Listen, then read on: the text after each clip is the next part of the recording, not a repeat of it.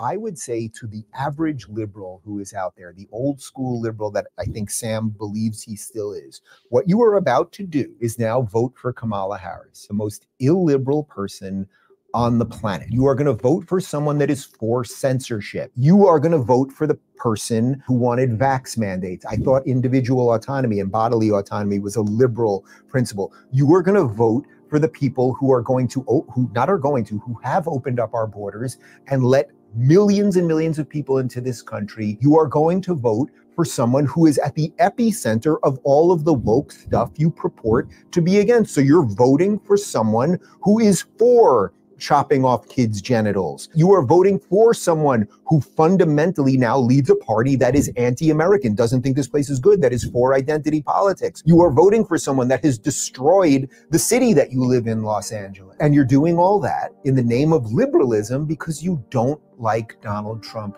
who is actually the most liberal Republican candidate we have ever had. And I mean this gently and friendly, with friendship and openness. Say to Barry Weiss and whoever else is out there that considers themselves an old school liberal, that sees the evils of the left, that now understands how radically insane the Democrat Party has become. This is your challenge now. This is up to you guys. There's only a certain set of people who can move electorally. The disaffected lib is the main group that can move. And many of them are. I would say to Barry Weiss and whoever else there is, this is your chance. You're a liberal, you think gay rights are great, and you think feminism is great, and you think that children shouldn't be abused, well, you got one chance now, and I hope that you will take it. 1000%. And they're using their Trump derangement syndrome to cause more and more people to hate this country, but at the same time have their hands out for any type of social help you can give me. I'll take whatever you can give me. Yeah, I want you to pay off my loans. I want you to pay off my schooling. I want you to pay for my homes. I want you to pay for everything. And all the adults in the room, Trump and everybody on the conservative side right now, are pretty much saying, how in the hell are we going to pay for that? And how is that going to negatively impact our dollar? That's going to extremely negatively impact our dollar, period.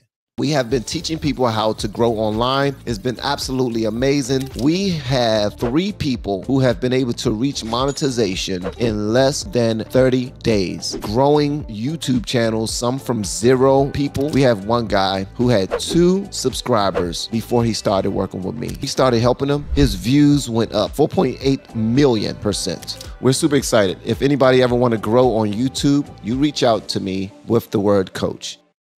Everything that you're standing for, you claim to be for people, for the people, but what you're doing in the long run, even in the short term, is screwing Americans. You're screwing hardworking American citizens, all because you want to be free for all. That makes absolutely no sense. This stuff has to be paid for, man. It really does. Every single one of us have our own homes that we give God praise, glory, and honor for, right? Hopefully you do. Hopefully either at night, in the middle of the day, or in the morning, you thank God for that roof over your head. All right. All of us have a roof over our heads, and we have resources to be able to pay for electricity, gas, water, heat, air conditioning, extra things like cable and all those things, Wi-Fi. Imagine each one of us taking in an extra 10 people tomorrow. You wake up in the morning and there's 10 people that you have to now take care of. You're now responsible for. They're not your children. They're not your cousins, not your nieces or your nephews. They're not your sisters, your brothers, not your aunts, your uncles, none of that. These are illegal immigrants that you are now responsible for taking care of. You have 10. Your next door neighbor has 10. If you're inside of an apartment, people downstairs that live under you, they have 10 more people. How do you think that will screw up your living, your livelihood, your lifestyle? How do you think that will, if you are now responsible for their Medicare, you're now responsible for their food, you're now responsible for policing them to make sure that they're not taking anything they shouldn't be taking or hurting someone they shouldn't be hurting. You are now responsible for IDing these people and keeping track of them. All right. Now, open it up. That's what, on a grand scale, That has happened in our country tenfold, 100-fold, like if you look at it. And they actually expect for a reasonable-minded human being to look at this and say, how could this possibly mess up the lives of American citizens? We're not trying to be, I don't know, assholes and say that we don't want people coming here. That's not what we want, what we're saying at all. We're just saying that there's a right way to do it. All right. And we got funding that have been appropriated for them. And if ever we have like a situation like what just now happened with the last couple of hurricanes that just now went down, completely ruining cities.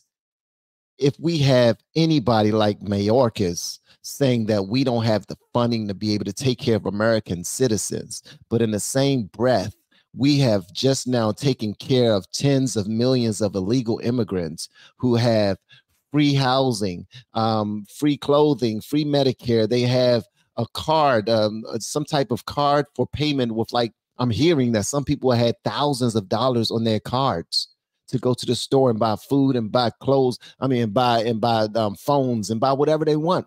They're living high. They're living the high life here, man. They're getting their transgender procedures taken care of by the federal government here in our country. Think about that.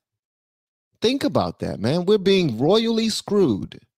And when we go to the voting booth, if we forget about that, we are doing all of our ancestors who bled and died for our freedoms today a disservice. We're just slapping them in the face. We might as well dig them up right now and just punch them in the neck. Although they are juiced by now, but I'm just saying.